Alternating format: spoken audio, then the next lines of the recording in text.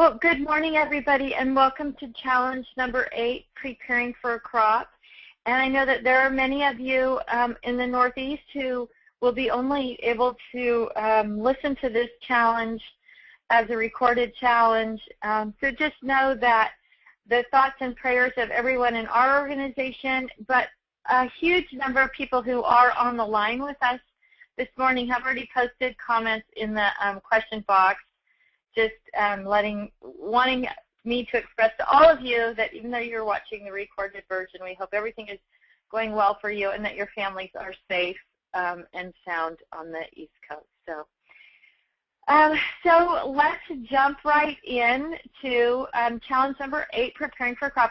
Now, I guess I do need to give my little normal precursor here. If you're brand new, if you're just jumping in on number 8, you can go back and watch the recorded 1 through 7 webinars, but you won't actually see me. You just should see my screen.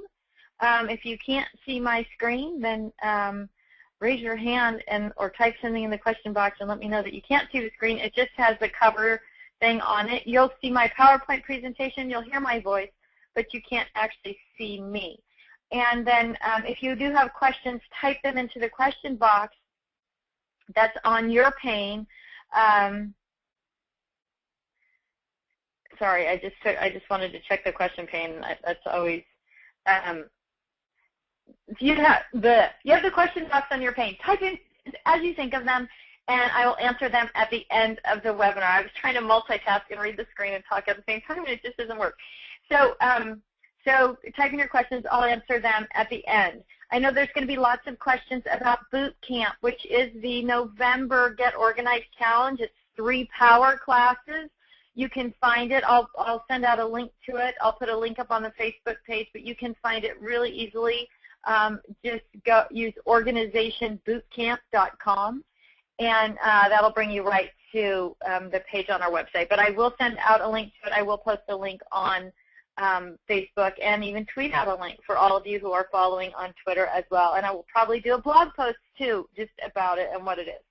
So there we go. I think I've got that covered. And I'll talk more about it at the very end and show you actually where it is on the Internet as well.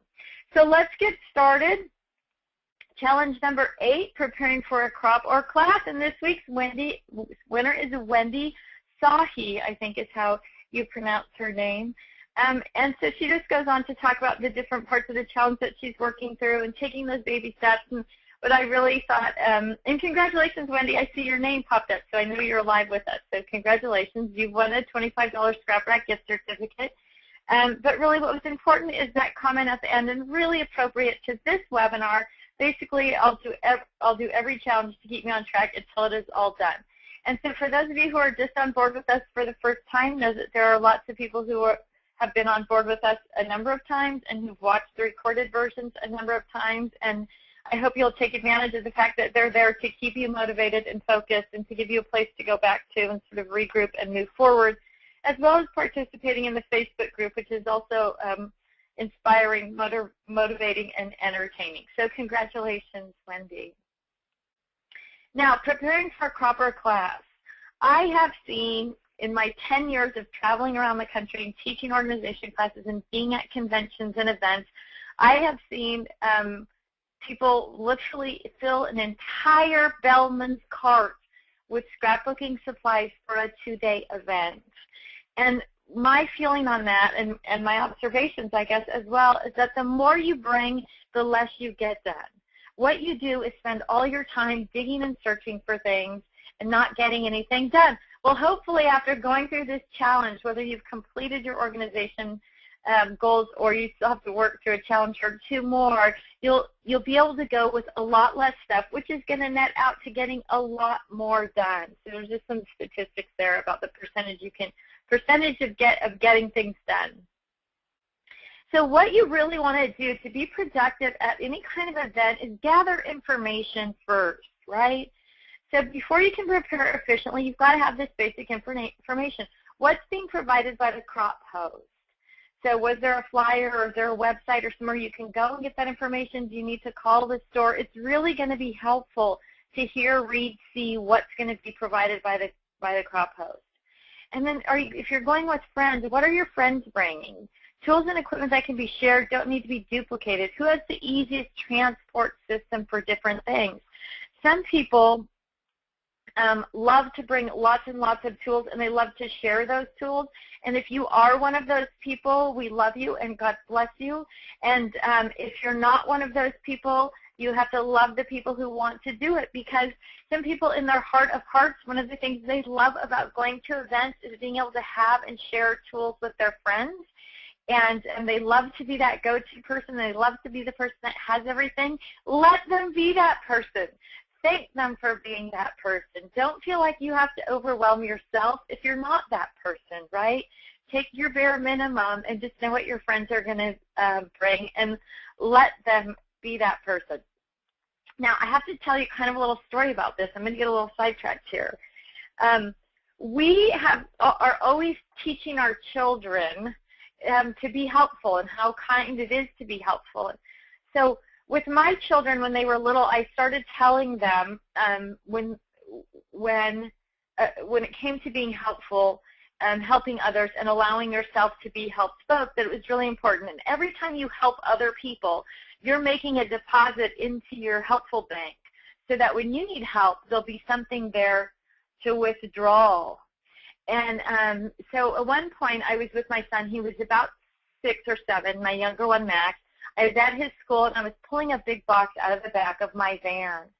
And it was a very lightweight box, but it was big and kind of bulky. And a man parked next to me, and he said to me, you know, do you need some help with that? And I said, oh, no, thank you. I'm fine. It looks, you know, overbearing, but it's really lightweight. It was filled with packing peanuts or something for a project. And he was like, okay. And I was like, okay, and he left. And then my little son, Max, said to me, oh, Mama, you have just robbed that man. And I said, what do you mean I robbed that man? And he said, something happens to him and he needs to make a withdrawal from the helpful bank. He's not going to be able to have a deposit because you did not let him help you. That wasn't very good, Mom. And it was so fun. I mean, at the time, I was like, oh, my gosh, yeah, it is sinking in what we say. But it's true, right? You have to let people help you so that they can make their deposits in the helpful bank. So let somebody bring their stuff to the crop. Let them help you. Don't feel guilty about it, whatever. Be thankful that they want to do that. Okay, there was my little mama comments for the morning, I guess. So then also, what tools can be left at home and used to finish up projects later? So that's an important thing, and we've talked a little bit about that as we work through this process, in the sense of making those catalogs and being able to leave your stamps or possibly patches or, you know, embossing powders and heat tools and those kind of things at home. Because you're going to have that catalog with you with your stamps and your punches in it, you may not need to bring all that stuff because you can use the examples in your catalog, and then all you need to bring is some sticky notes and so that you can build a layout and put a little sticky note that says use punch number 47 here or whatever. And then when you get home, you can pull out those things. So you can bring less stuff and less messy stuff. Remember, this is very much a less is more activity. If you can really focus on what you want to get done without being distracted and digging and searching for things and finishing them up when you get home, that's going to be a huge benefit. So the next thing that's really important, I think most people forget or don't even ever consider before they pack for a crop, is how many hours will you be cropping, shopping, dining, sleeping, chatting, drinking, eating, dancing, whatever you're doing, right? That's an important part of the equation. Why are you going to the crop? Some people go to crops with huge intentions. I'm going to the crop to make my Christmas cards. That's all I'm going to do. I'm not shopping. I'm going to go in early. I'm going to stay late. Here's my goal for this weekend. And so those people know exactly what they can get done, or not exactly, but they have a good idea of what they can get done. But for most of us, when we're going for social time. We're going maybe to eat at local restaurants or check out local scrapbook stores or do other things with our girlfriends and also crop. So take that into account before you pack up. How much cropping time am I actually going to have? The next thing you need to do is decide what you're actually going to do. Like I said, are you going to be project-based or photo or scrapbook page-based, right? Because you need two totally different sets of equipment for those things. So make those clear decisions before you go. Obviously, if you're project-based, if you're making those Christmas cards or whatever it is, you know exactly how many cards you're going to make, you know how much paper you need, how many card lengths you need, all that stuff. It's real easy to pack for one of those. And if you're going for a photo-based project, then you need to go through that process, right? So hopefully you've set yourself up, if not with a holding album, but with your photo storage box so you can pull out exactly which photos. I'm going to work on Orlando 2004. I'm going to pull that out. I know exactly where the memorabilia is because it's noted on my photo file or it's noted with the pictures on the computer. And then I can go through and just pull the sections that I want off my scrap rack, or I can take the Ziploc bags that coordinate or whatever, and I can pack them all up and head out the door. And the nice thing about sort of evaluating how much time you're going to spend cropping before you go is you can set yourself up to be really successful in the sense of what you get done. So if you know you only have 4 or 5 hours to crop, then you might say, okay, in 4 or 5 hours I can get 4 or 5 pages done, or I can get 8 to 10 pages done, I can get 15 pages done. Then you know to bring that amount of stuff, and then I would say add some, so that you don't feel like one of the fear factors we have when we go into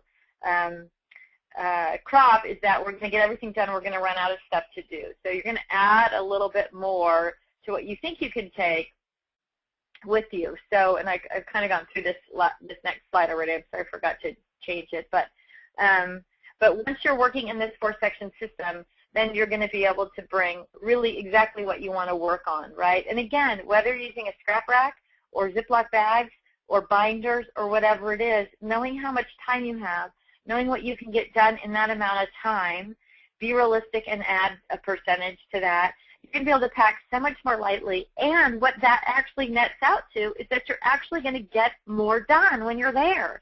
So not only are you going to get more percentage of stuff done, maybe you'll get 100% of everything you brought with you to do done, you're also going to get more numbers, more bulk of things done because you're not digging and searching past other things that you didn't need. So, okay, so what do you do? Now you've decided what subjects you need, what photos you need, what projects you're going to work on. How do you pack that up?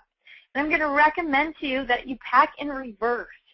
So I don't know if you do this when you travel. I do it when I travel. There's my OCD kicking in, right? So think about how you'll arrange yourself at the crop. Lay out a packing table the same way that you would lay out clothes when you're packing for a trip. So if you lay out clothes like I do based on the days of the trip, and then I pack them in the way they're going to be for the days of the trip, how they're going to come out, get worn, and go in the hotel laundry bag essentially is what I'm doing. But I'm going to do the same thing when I pack for my crop or event. I'm going to lay everything out, and then I'm going to decide how do I need to set up my workspace when I get there, because what I want to do is take things out of my rolling totes or whatever method I'm using and set them up around me, which is time. I don't want to take everything out and then have to move all those things around and then set everything else up. So if you can think about what that workspace might look like at the crop, then you can pack the things you need out of your tote last on the bottom and the things you need first on the top. I hope that makes sense to everyone. Keep an empty paper storage box just for going to crops. It makes it easy to pack the papers you need. It makes it easy to pack anything that's 12 by 12, actually. So if you just take one of the empty paper storage boxes and keep it, you can either keep it flat or you can keep it folded together, and so that when you do go, you can put that box in your tote and then add paper or page protectors or anything that's 12 by 12 can drop right into that paper storage box. And when you pull it out of the tote, it just comes out and it's 3 inches wide by 12 inches long, and it can go on the table instead of putting a stack of 12 by 12 paper on the table. So you can really use that vertical to your advantage when you're at a crop as well as when you're working at home. So what do I use? This is always the question that people ask. I'm a minimalist, and I limit myself to just one tote. I know that's scary for some of you. But you can see, here's a tote. This is just the Office Depot collapsible file crate that we talk about on the website. We don't sell them, but you can get them at Office Depot. The advantage to the Office Depot one is it comes with a lid. Now, I think there's some other brands. I think Staples has one with a lid too. But the lid is going to be a huge friend to you at the crop, so I strongly recommend getting a tote with a lid on it. And then all I've done is taken my scrap rack sections, and I took them off the scrap rack, and I stood them up inside the tote. Now the apron around the outside of the tote is the apron that we make, so I load up all my basic pens and tools. And you can see I haven't taken a lot of stuff with me. I don't take a lot of stuff with me. I take the basic tools, the things that I need, because 99% of the time, if I don't have it with me, somebody else has it with them, or the crop host is providing it. And if those two things aren't met, I can finish up, like I said, at home with a stamp or a punch or something that I didn't cart around. So on the left side pocket, of the crate, you can see there's a flap over the pocket. Well, that's what the bigger picture is on the right side. And then I've just taken some sections out of my paper storage boxes and dropped them into that pocket. So when we went through paper storage, we talked about, having a box that was B, themes B, and then I had the super size single pockets with beach, baby, birthday, bath time, whatever in that box. So this is where those came from. Those were things that I just pulled right out of that box and slipped into that big pocket on the side. So this is what it looks like when I've set up my strap rack on top of that tote at a crop or an event, or in this case, a girlfriend's house.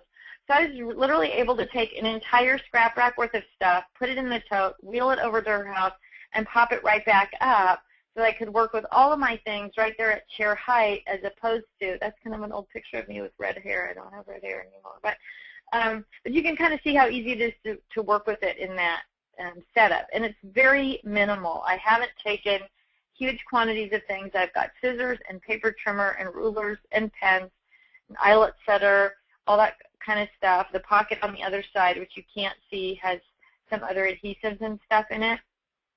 Now this was taken before the ATG existed, so now I take the ATG with me as well, obviously. But I also have flat adhesives, pop dots, foam squares, those kind of things that come in flat packages. I just have a section. It doesn't stay on my scrap rack. It's actually in one of the drawers behind me when you look at my room. And it's all of those kinds of adhesives for going to a crop, and they're just on a binder so that I can just drop them in the tote. But they stay nice and flat and in the alt pockets. And I also have in that binder the adhesives, and then I have like small pockets, like memorabilia pockets for things, the clear acid-free pockets if you're going to store something in, like a lock of hair or tooth or whatever. So any of those kind of flat sort of add-on things are in that binder, and it's all kinds of adhesives and stuff. I do the same thing with different kinds of rulers. Like I have a journaling ruler that's like 3 inches thick and it has lines in it, and then I have the Tim Holtz ruler with all the grid on it. So I have a couple of those triple play pockets that have different kinds of rulers in them, and that makes it easy to take those too as just part of the scrap rack. So there's some transport of tools that happens in that process as well. So what's your challenge for this week? So find a tote that you want to use for going to crops, exclusively for crops if possible.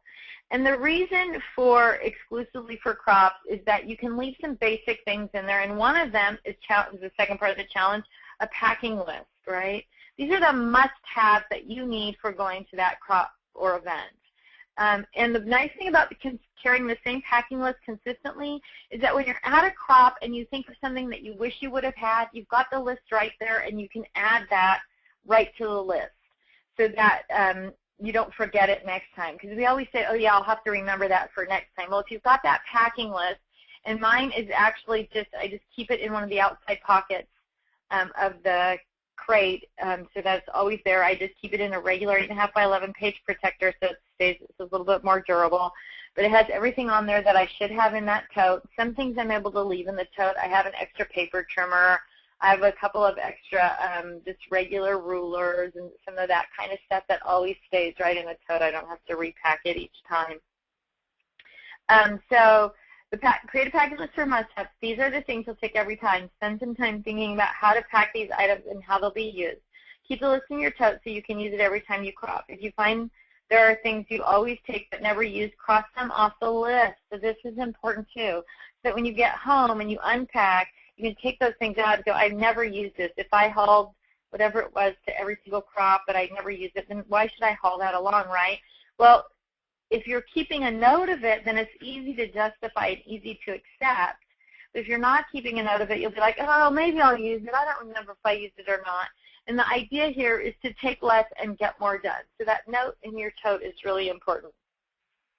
And then finally, we talked about this a little bit earlier. Decide how much you can do in an hour crop.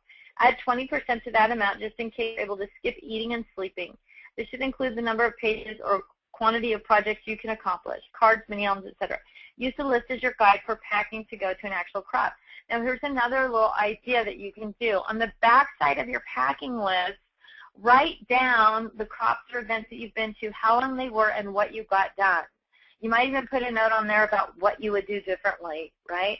So if you find yourself constantly packing to be able to accomplish doing 10 pages an hour, but you've been at the last 3 crops, you've only gotten 3 pages per hour done. 10 would be very aggressive. 3 is still pretty darn good. 3 pages an hour done, then you know in the future that you can only do 3. So if you plan for doing 4 or 5, you would have more than enough stuff. You would get more done. You would dig through less stuff. It would take you less time to pack and less time to put away. So just by sort of keeping track of, and we've talked about this through the whole session, who you are and how you scrap. And sometimes we think that we're something that we're not, but if you've written it down, you can go, you know what, I always think I'm going to get this much done, and I never do. I don't need to pack that much. And then the whole process becomes easier and becomes more productive. And then, as I said before, you get that burst of dopamine to your little brain, right? When you get something done, you're like, wow, I thought I was only going to get 10 pages done. I brought stuff to get 15 pages done, and I got 14 pages done. I'm so great. This is awesome. I love it. And then you're just more motivated and more excited. You can tell I totally get excited about the whole idea of just getting things done.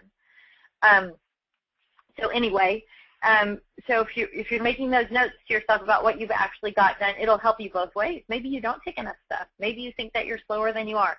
And this is a concrete way to know what that is.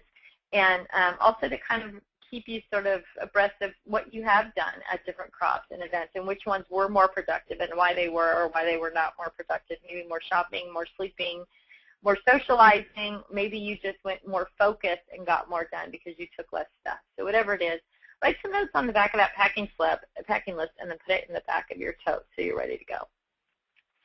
All right, so this is kind of a quickie challenge this week, but I'm going to go ahead and open up the question pane. So, quickly, let's go. I know you guys are going to ask about boot camp, so I'm going to go. So, this should actually be changed. So now that I came to this page, I'm going to change this or have this link on the front page. Let me write myself a note here. Change front page link. So this link will actually get you there, or should get you there after tomorrow or after tonight, or whenever the link will upload. So this takes you now to the Back to School, Back to Scrapbooking Challenge. But if you just go into your URL bar up here and type in www.organizationbootcamp, comes right up on my screen. It's going to take you right to the Organization Bootcamp screen. So what's different about Bootcamp? It's 3 nights at 6 o'clock Pacific, again on Tuesdays, the 6th, the 13th, and the 20th.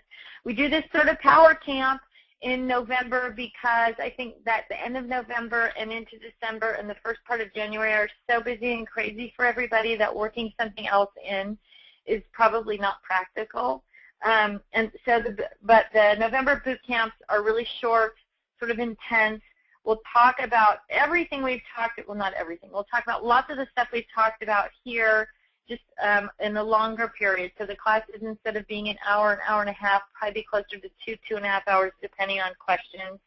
So we're going to have, first class is basic training. Second class is obstacle course, so that's more of the embellishments and those kind of things. And the third class is how to incorporate all the other stuff in. So we don't talk about photographs, memorabilia, journaling notes. We don't do this going to a crop part. It's just more of the meat of what you need to get organized. So you can find that just by going to organizationbootcamp.com and then just use the click here to register, the big purple words in the middle, and you'll be able to jump on that and get registered if that's something that you want to do. Okay, so let's open the question pane here.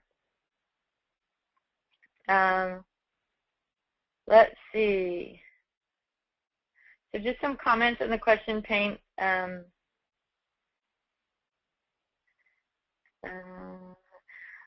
Glenda, you have a post here about an email that you sent to me. I did not get it. I'll check with Joanna and see if she's got it. But if you can resend it, that would be great. Peggy says there's squares flashing on the screen. I know that's the horrible thing about this particular webinar program is that they can't. It's because I use PowerPoint 2010, and they can't handle it yet. I am looking at switching to WebEx, so for that reason, to get rid of the black squares on the screen. So I apologize for that. I know it's annoying. I don't actually have them on my screen, so I don't have to see them until I watch the recordings. But I apologize, and I'm trying to find a better provider that won't happen. Teresa says, this question goes back to embellishments. When sorting my embellishments, I have solid flowers and multicolored flowers. Do I put the solid flowers in the rainbow section and the multicolored flowers in theme? I would put the multicolored flowers in rainbow also, unless, of course, they're particular to a theme. So sometimes you buy a page kit, it's a birthday party kit or whatever, and it's got flowers that are done in the same patterns or prints as the rest of the sets in the kit. And then, of course, you want to go back to that. Keeping things together, I would use together. But the multicolored flowers, I would put them, if they're not a theme or particular theme, I would put them in the rainbow section. And so there's a couple of ways you can choose that. You can group them together with the most likely color that you would use, or the color that you like best, or the reason that you bought them, so that they actually pop up for you when you are thinking of using them. Or I talked a little bit when we did paper sorting about the rainbow, about having that multicolored section, so things that don't actually have a dominant color but have a rainbow of colors on them. You can't really pick a favorite, or you didn't buy them with intention, so you don't really know where to put them. Then those can go right in that multicolored section at the back of your rainbow section. But really the key is, Teresa, you want them to pop up for you where you're going to look for them. So if you bought them with any kind of intention, even if they're colored, if you bought them thinking, oh, these are going to make beautiful Mother's Day cards, then you want to put them in the Mother's Day section. So I hope that helps. Barbara says, people are talking about the boot camp, but I can't find where to sign in, so we just talked about that. Jean says, how long will the webinar sessions be available online? I would like to see them again, especially because I have not started my craft room renovation. I will need to refer to these great series when I really start to put things away. Thank you so much. So generally, we leave the webinar challenge up until we start the next one. So you'll be able to see these, even though we'll probably do boot camp as a separate thing, the boot camp page. So we'll probably leave the other webinars, these 8 up, until like January when we start the Resolve to Get Organized challenge. So keep that in mind. This series is ongoing. It changes a little bit every time, mostly as you guys share information with me, what I wasn't clear on, or what ideas you have, or new products that come out. All of those things are going to change, what I talk about a little bit. So each series changes a little bit, but we don't usually take one series down until we start the next series. So just know that there's always going to be a resource there for you to find things, and that you're welcome to jump in and join us as many times as you want or need to keep yourself motivated and inspired to get organized. Let's see. Jennifer says, I just want to say thank you for offering these webinars. It may sound corny, but all of your ideas are changing my life for the better in more than just my craft room. I am, for the first time, looking forward to organizing more of my house. And let me tell you, the entire place needs it. Thank you once again from the bottom of my heart. And you are so, so welcome. And you know what inspires me? To hear that I'm inspiring you to do more with it. And so one of the things, I know you guys have heard me as we go through the challenge series, but kind of the ideas that I'm teaching you are not really ideas about scrapbooking. I mean, they are specifically scrapbooking, but it's just a different way to think about how you look at things that are organized and keeping things together and putting things where you would use them. I know we talked a little bit about the linen closet and sheets and towels and those kind of things earlier, and stuff like, why do we keep our sheets in the linen closet when we need them in the bedroom? So we're washing them, folding, putting them in the linen closet, and then when we need them, we have to go from wherever we are to the linen closet to get them, to take them where we need them. And so at my house, everybody's bottom drawer in their dresser has a change of sheets and linens in it, because that's where you need them, right? when I wash them and fold them back up, they go in my kids' laundry pile, and they just put them in their bottom drawer. And then on Fridays when they change their linens, they know exactly where they are.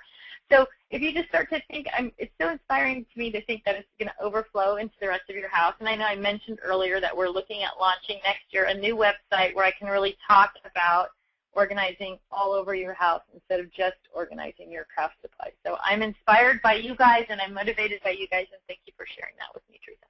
Okay, Marcia says, can the fall group coupon be used along with the gift certificate I won in the challenge? Yes. Yes, it can. Now, the fall group, the fall discount ends on the 31st at midnight, so tomorrow at midnight. I know someone asked me about that earlier. Phyllis says, I'm getting the message, audio not connected, again this week, so I will just do the video tonight. I won't know what else I can do. It worked just fine 3 weeks ago. I bet someone changed the settings when you hear this, Phyllis. I bet someone changed the settings on your computer. Or you may have clicked the audio box and changed it yourself, actually.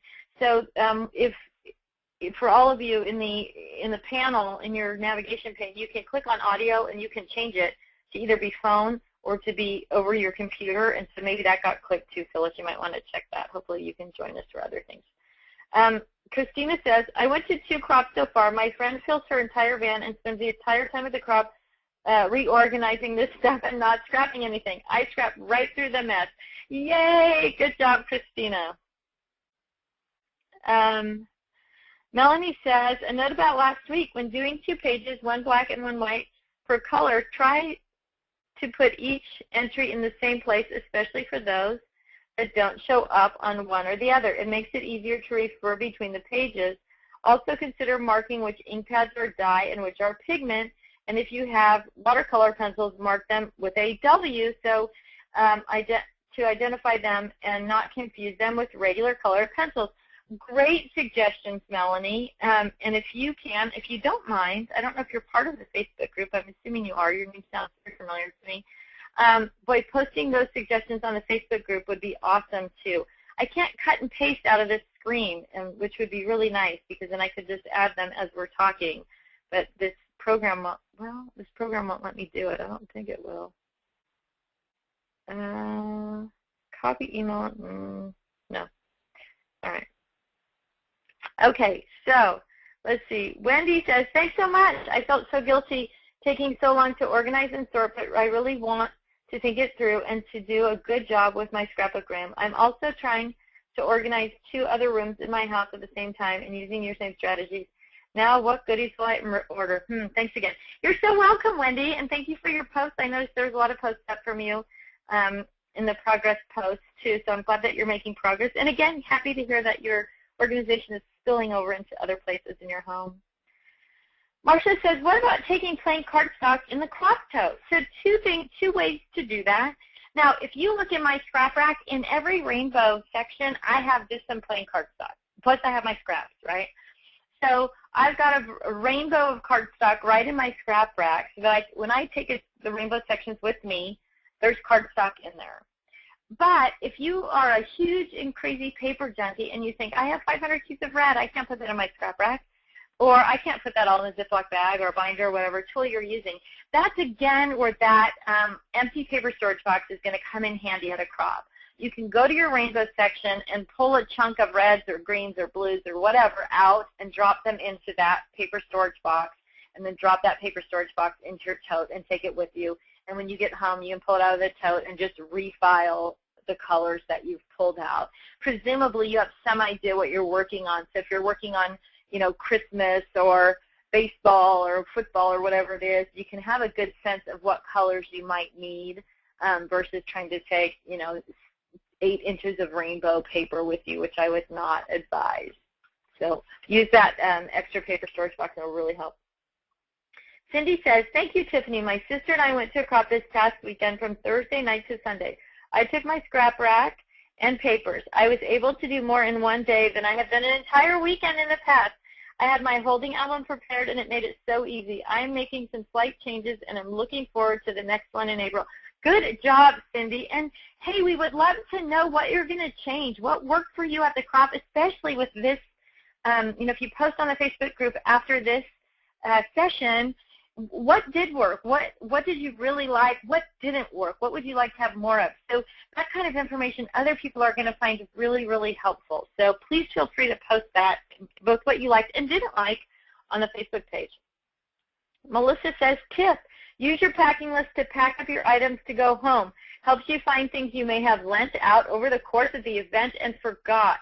Great tip, Melissa. So everybody checking things back in with that shopping list, very much the way you do when you send your kids to camp, or you wish they would do. You send them to camp with their packing list in their overnight bag or their camping backpack or whatever, and then I always tell my boys, put it back in your backpack and check it off. They never have. They've never done it, but it's a great idea, and the application here is amazing, so thank you for Melissa. Cindy says, I actually ran out of stuff to do when she went to the crop, so now she knows she can pump up what she takes. She can increase the amount what she takes as well. Good job. Althea says, I missed the first webinar and wondered if there was a discount code for the purchase of scrap rack items that is valid for the series. If so, what is it, and when is the deadline for using it? So I believe it's FALL Fall GOC 12, I think. If I'm wrong on that, someone can correct me, and it expires tomorrow night. Oh, yes, November 6th is Election Day. Glad you are recording. And let me tell you, ladies, this is from Diane. She posted Election Day.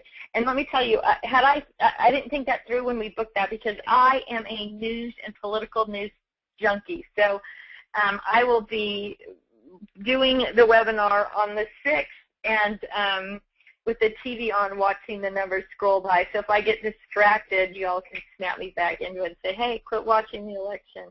It'll probably be a welcome distraction, actually, from watching the numbers, because I'll be listening to it all day. Julie says, thank you so much for this. I am now organized. Still working on photos, but the rest is done. I am going to a crop November 8th to 11th, and I think I'm all set to go. We'll think about the number of pages I can get done, and we'll reduce from there. Thank you, thank you. I feel more confident and ready than I ever have. I have also helped 2 friends get ready by using your system. You are wonderful. Thank you so much, Julie. Oh, I'm so excited. And please share with us when you come back from the crop. If you're not a Facebooker, email us customerservice@thescraprack.com and let us know what worked out for you. Maybe you tweaked something. Maybe you learned something that you think will be valuable for other people to know, or for us to know, and then I can share it in the next webinar series. So when we get the feedback from you, that's how this whole series develops. So we love to hear your comments, what worked, what didn't work. Glenda says, which email address should I use to resend my email from last week? You can just send it directly to me at tspaulding@thescraprack.com.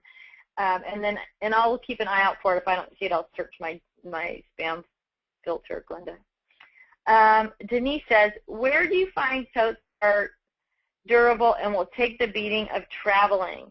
It depends what kind of traveling you're talking about, Denise. I'll be honest with you. The totes from Office Depot that I like to use are only $20.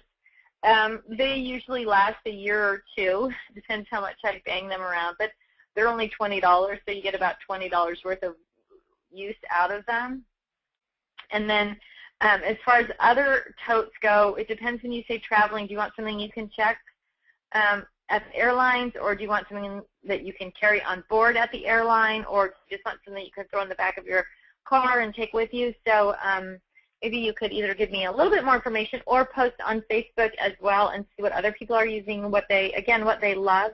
One of the most wonderful things about social media, Facebook, Twitter, all those things, is that you can really share what works for you and what you love and what you don't like and why you don't like it. So there's getting reviews from people you know are also doing what you're doing is so much better than just, reading the manufacturer's website that might or might not be answering your questions or dealing with people that are doing the same things you are. So Susan says, getting ready to go to a Friday to Sunday crop, one thing they added at the last minute, every tote must be under the tables, nothing in the aisles, so guess we'll have to put everything on my crop table.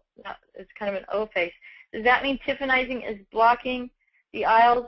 Laugh out loud. Do you have a crop list online where you could share it with us. Thanks a bunch. I do not have a crop list online. I am doing another presentation this afternoon, but my crop tote is at the office, in my little scrap room there. But if I get there, I'll pull my crop list out of the tote and try and get it up for you as well. And we'll go. And you know, I would talk to the presenter. You can always ask, right? This is my philosophy. Sometimes it's better to beg forgiveness than ask permission, right? We have that. And then with regard to your tote, ask the person who's putting on the crop, is there a table that's up against a wall where if I was using my tote, I could put it at the end of the table so it wasn't in an aisle? Or can you seat me somewhere where I can put a tote at the end of the table that's not in the aisle? If you just ask before you go, the crop person may be able to give you a space to put your crop crate with your scrap rack on it so that you can actually work with it that way.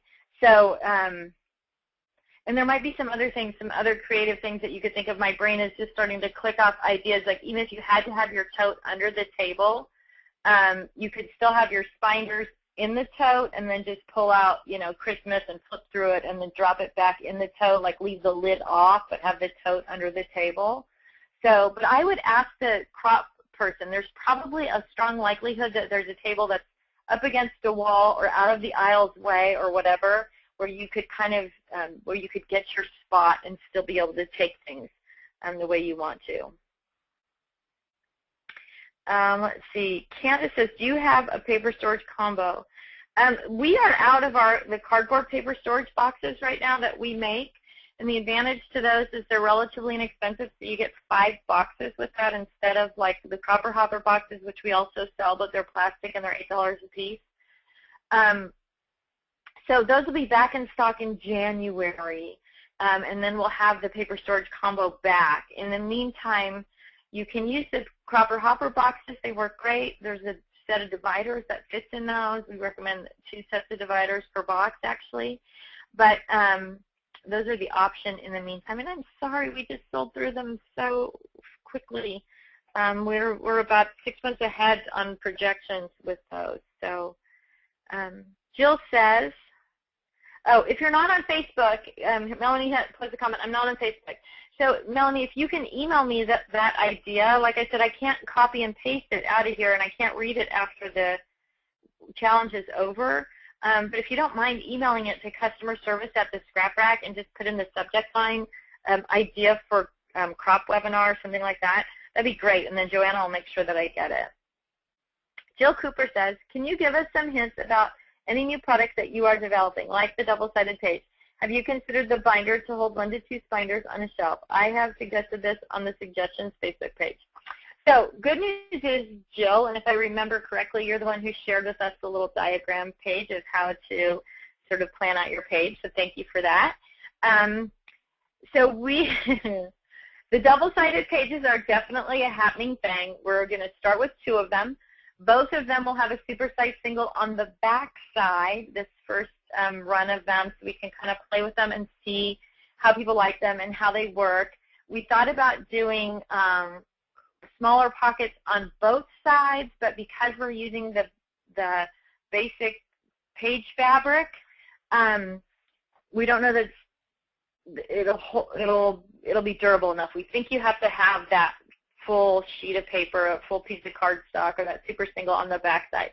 So one of them is super single on the back, and you guys are the first people to know what we actually decided. One of them is super single on the back, and then it has double extra long on the other side. And then the other one has a super single on the back, and then the front is 5 pockets. It's like a big pocket that's like, I think, 8 by 8. I'm trying to remember. I think it's 8 by 8, and then it has like 2 4 by 6 pockets. And then it has a long, like 4 by 12 pocket, like border length pocket across the top. If I'm teaching from home this morning, so I don't have all that kind of stuff in front of me. So we have those 2 pockets coming up. And then we have another super cool, really, really fun thing, and it's just killing me not to tell you about it.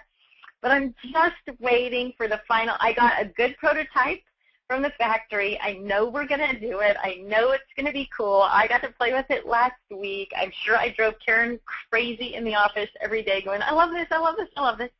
So, but I can't actually say anything about it this week. But I promise that as soon as we have the right thing from the factory, and I know they can do exactly what we want to do, that I will post on Facebook and post a video about it. And so you guys who are followers on Facebook and Twitter and the blog and part of our email list, the people who are already connected to us, you guys will know about it.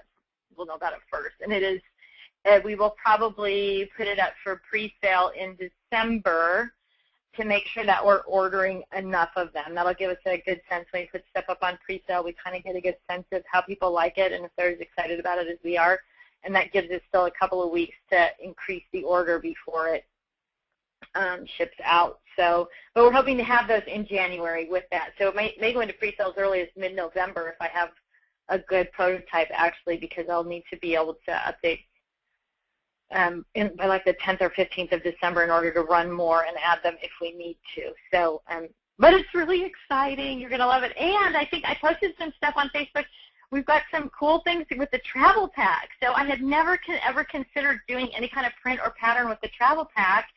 And then all of a sudden, ding, why don't we do something fun with the travel pack? So we're looking at some animal prints, leopard, zebra, really beautiful giraffe. I hope people like the giraffe because that's the one that I want to do because it's really a beautiful pattern. So we're thinking about doing some limited edition travel packs in some animal prints. And then there's one that's leather, pink, it looks like snake, and those are posted on the Facebook group. If you're not part of the Facebook group, email customer service and just put new fabric samples, please, in the subject line, and Joanna will send you out a picture of what those new fabric samples look like, what the options are, and I'm happy to hear your comments on those. So that's something, if you're part of the new products group, which anybody can join on Facebook, but it's a place where people can tell us their ideas, and we put ideas out there, and they tell us whether they like it or not. It's a great way for us to get feedback and for you, the end user, to tell us what's working for you. So that would be great. But those things are all coming out. But the other one, it might be as early as November 15th before I'm able to present it. And you're going to love it. You're going to love it. I love it. I hope you love it because I love it. And I'll be sad if everybody doesn't love it. All right. Enough. Lois says, comment, I took my many inches of paper, etc., to the local adult daycare. They use it for many projects and are glad and so grateful. Lois Wild. So thank you, Lois. Yeah. So there's so many people out there who want the stuff that you maybe don't want. Okay, so Melanie says, I've got a Tudo rolling cart and have used it for at least 10 years and it's still going. It also travels well on planes since a friend of mine has the same as mine. Yeah, the Tudo is a really well-made product. It's thin and narrow also, so it's easy to roll down the aisle of a plane. So as long as you don't have your pointy scissors in there, that's a great choice. Thanks, Melanie. Jill says, as for traveling totes, someone asked about earlier, my friend and I have flown several times with our Crop and Style XXL totes, and it really handles the wear and tear very well. I highly recommend it for anyone who flies with their goodies. Lori says, I think there's a crop list on the Facebook page in the file section. So for those of you who are asking, that's a good place to look for it. I'm going to, and this is from Glenda. Oops. I lost my place on my screen here. Glenda says, I am going to have to put all your ideas and techniques much sooner and much faster than you could have anticipated. After our youngest son finally moved out a few weeks ago, hubby and I, ourselves empty nesters, rattling around in a large home, we started talking about downsizing, moving into a smaller place, and told our very successful oldest son, who is an amazing realtor, here to start looking around. Well, fate stepped in, and someone we knew was just getting ready to put their fabulous two-bedroom condo in a most desired area in Huntington Beach, which is in the gated community on the MLS, where all the houses for sale go all over the country. To make this story shorter, this place fell into our lap, but it only could have been more perfect if it were 3 bedrooms instead of 2. But they both are large bedrooms, but they want everything closed and us in there no later than December 1st. He wanted November 15th, but my son negotiated the extra. To be continued. Carrie says there is a Facebook file on the groups, and Karen said that, and Karen actually posted where it is on the groups. I can't cut and paste that, so I can't share it. Melanie says she will email. Jackie says, was there a challenge 8 PowerPoint and PDF on the Scrap Rack website? I went into the site. Ooh, I bet I forgot to post it. I will get it posted, though. I really enjoyed listening to all the organizing ideas and questions from other individuals. I still cannot sign into Facebook, or even if I tried but do not know. Thanks for your help and all the suggestions, and we'll be signing in for the next organizing class. You have been a great help. You're so welcome, and Joanna's really good at helping people through the Facebook process. So if you're having some challenges with Facebook, Joanna might be a good resource there. So Glenda's going on to tell me that every time, just about, I'm sorry, I'm going to have to kind of cut this short. Yesterday I felt so overwhelmed, I had to stop and sit down because I was virtually frozen from being overwhelmed. So Glenda's just telling me about the transition that she's making. I'm sorry, I have a presentation to do at 11:15. So I'm trying to get to the bottom of the question list before I have to run off and do that. So it looks like Christina is the last one here. How do I train my brain to get stuff put back away? I'm terrible about things out and making a nasty pile, and it just takes over my desk. I think you just answered your own question, kind of. Christina, what you have to do is train your brain. And to train your brain, you have to reward yourself. Woo! So do it in small batches, right? So start really small. Just say, okay, when I'm done with this, I'm going to put it away before I do anything else. So one of the things that happens with creative people is creative people are a little bit ADD. So they start on something, and then they see a shiny object, and they get distracted by it. And so just acknowledging the fact that you need to train your brain, that you know it's something that's happening in your head, that's the first big hurdle. Most people don't even have any idea what's going on, and you know you need to train your brain. So set yourself up for success by putting some sort of reward structure in place, right? So when I'm done with this project, as soon as everything is cleaned up, I can X. It might be go to Starbucks and get a coffee, or I can, eat a bag of Lay's potato chips, or I can start the next project, or I can something. And then write it down. That's another big key. You will be blown away at how much more you get done when you write down what you need to do. So put that note before you start your project that says, if you're going to scrap all day even, or if you have 2 hours, you might say, I'm going to stop at 1 o'clock, set the alarm on your phone, and put everything away that I'm done using. Or I'm going to stop every 20 minutes and put everything away that I'm done using. So the smaller you can make the task, the more successful you'll be, because you'll see yourself being successful all the way through. So even if it's every 10 minutes or every 15 minutes or whatever while you're training yourself, just the reward, just that little boost of dopamine in your brain that says, hey, I set a goal and I accomplished it. The next time your alarm goes off, you put those, whatever you're done using that you've called out away, you get that same little, hey, I set a goal and I've accomplished it. It's amazing how easy it is to train your brain when you're giving yourself that reward. And it sounds ridiculous, but all you have to do is try it. I've never met anybody that it doesn't work for, because when you feel good about what you're doing, it's easy to keep doing it, right? When I was younger, I used to make fun of women who went to the gym who looked good, their hair looked good, they might have had makeup, and I'm like, what's she doing at the gym with their makeup on?